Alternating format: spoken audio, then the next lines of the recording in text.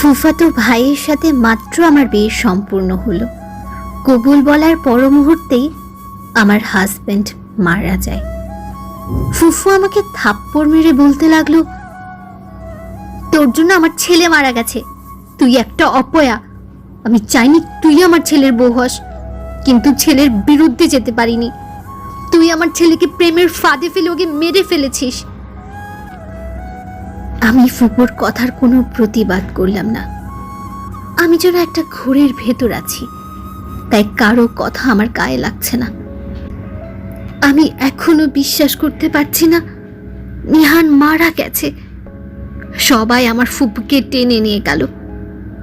ফুফু যাওয়ার আগে আমাকে অভিশাপ দিয়ে গেল, তুই কখনো সুখী হতে পারবি না।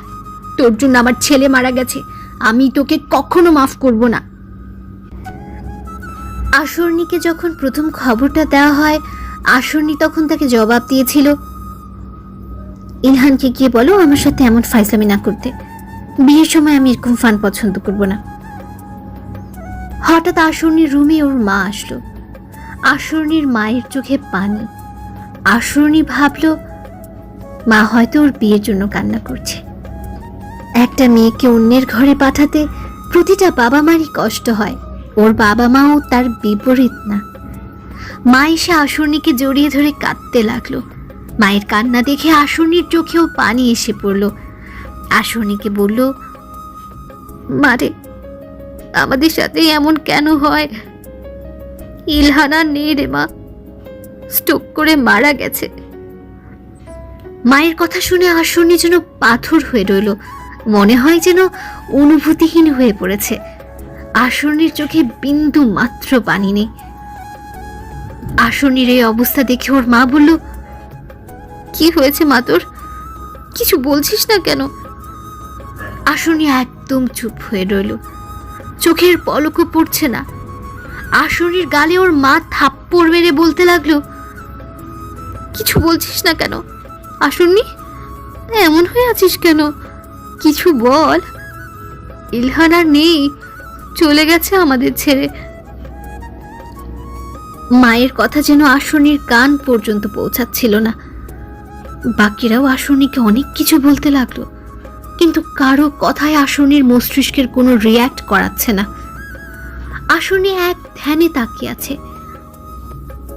ওর মা বলতে লাগলো, কেউ ডাক্তার ডেকে নিয়ে এসো, আসরনি কেমন জানি করছে। আসরনির গালে হাত দিয়ে বলল, কিছু বলছিস না কেন? এমন করছিস কেন? আসরনির কাছ থেকে কোনো সাড়া শব্দ পেল না। সবাই বলা বলি করতে লাগলো, স্বামী মারা গেছে আর মেয়ের চোখে পানি নেই, একটু কষ্টও পাচ্ছে না। কি মেয়ে রে বাবা, এরকম মেয়ে প্রথম দেখলাম। আসরনির মা তাদেরকে বলল, তোমরা থামবে?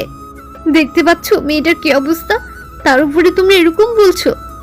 তোমাদের কারো থাকার প্রয়োজন নেই এখানে, চলে যাও। আসরনিকে জড়িয়ে ধরে ওর মা কাঁদতে লাগলো। আসরনিকে বলতে লাগলো, মা, মামার কিছু তো একটা বল, একবার কথা বল মা আমার। আসরনির ফুপু আবার এসে বলতে লাগলো, একটা অপয়া ডাইনি মেয়ে আমার ছেলেকে মেরে ফেলে এখন মুখ দিয়ে কথা বেরোচ্ছে না। ডাইনিটা একদমই কষ্ট পাচ্ছে না, ও তো খুশি হয়েছে আমার ছেলেটা মারা গেছে। যার সাথে রিলেশন এখন তাকে বিয়ে করতে পারবে। চরিত্রহীনা একটা, এই ডাইনি আমার ইলহানকে মেরে ফেলেছে, আমি তোকে কখনোই মাফ করব না। আসরনির মা বলল, আপনি দয়া করে একটু চুপ করবেন, আমার মেয়েটাকে একটু একা ছেড়ে দিন। দেখতে পাচ্ছেন না আসরনি কিরকম করছে, তারপর আপনি এরকম উল্টোপাল্টা কথা বলছেন। ইলহান স্ট্রোক করে মারা গেছে, এখানে আসরনির কি দোষ বলতে পারেন? আসরনির ফুপু বলল, ও একটা অপয়া, আমাকে বলেছিল আসরনির সাথে বিয়ে হলে আমার ছেলের সাথে অমঙ্গল হবে। আমার ইলহান এটা শোনেনি, এই ডাইনিটা আমার ছেলেকে মেরেছে। আসরনি এখনো স্বাভাবিক হতে পারছে না। আসরনি যেন একটা ঘোরের ভেতর আছে। অতিথিরা একে একে সবাই চলে যেতে লাগলো। ডাক্তার এসে আসরনিকে দেখতে চাইলো। কিন্তু আসরনি এখনো স্বাভাবিক হচ্ছে না। আসরনির চোখ থেকে এক ফোঁটা পানিও পড়ছে না। কিছুক্ষণ পর পুলিশ চলে আসলো। লাশটা পোস্টমর্টমের জন্য নিয়ে যেতে চাইলে আসরনির ফুপু বাধা দিল।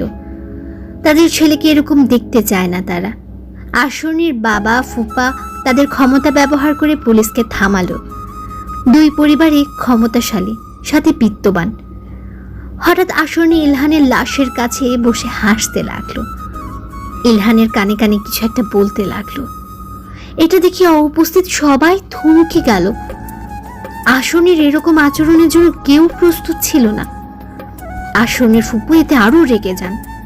আসরনিকে বলতে লাগলো, আমি বলেছিলাম এই ডাইনিটা আমার ইলহানকে মেরে ফেলেছে, কিন্তু তোমরা তো কেউ আমার কথা বিশ্বাস করলে না। এখন দেখলে তো ওর আচরণ। আসরনির ফুপু ওর কাছে আসতে চাইলে সবাই বাধা দিল তাকে, ভেতরে নিয়ে গেল তাকে। আসরনি হাসতে লাগলো। আসরনির মা ওকে জোর করে সেখান থেকে নিয়ে আসলো। ইলহানের দাফনের ব্যবস্থা করা হলো। আসরনি কিছু একটা বলতে লাগলো, কিন্তু ওর কথা কেউ বুঝতে পারছে না। হঠাৎ আসরনির নাক থেকে রক্ত গড়িয়ে পড়তে লাগলো। আসরনি অজ্ঞান হয়ে পড়ল। রাত 10টা। আহনাফ একা একা কবরস্থানের সামনে দিয়ে হেঁটে যাচ্ছে। হঠাৎ একজন দৌড়ে আসলো আহনাফের কাছে। লোকটা আহনাফকে বলল, আমি আপনাকে খুঁজতেছিলাম, আমাকে একজন পাঠিয়েছে আপনার কাছে। লোকটার কথা শুনে আহনাফ মৃদু হাসলো। লোকটা আহনাফের এমন আচরণে ভয় পেয়ে গেল। আহনাফ লোকটাকে বলল, বাসায় গিয়ে কথা বলা যাক। আহনাফ বাসায় এসে লোকটার খাবার টেবিলে বসে আহনাফ ফ্রিজ থেকে 2 প্যাকেট বিরিয়ানি নিয়ে আসলো।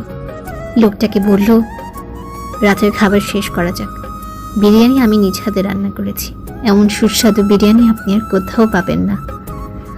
লোকটা বিরিয়ানি খেতে খেতে আহনাফকে বলল, আমি যার জন্য এসেছি তা হয়তো আপনার অজানা না।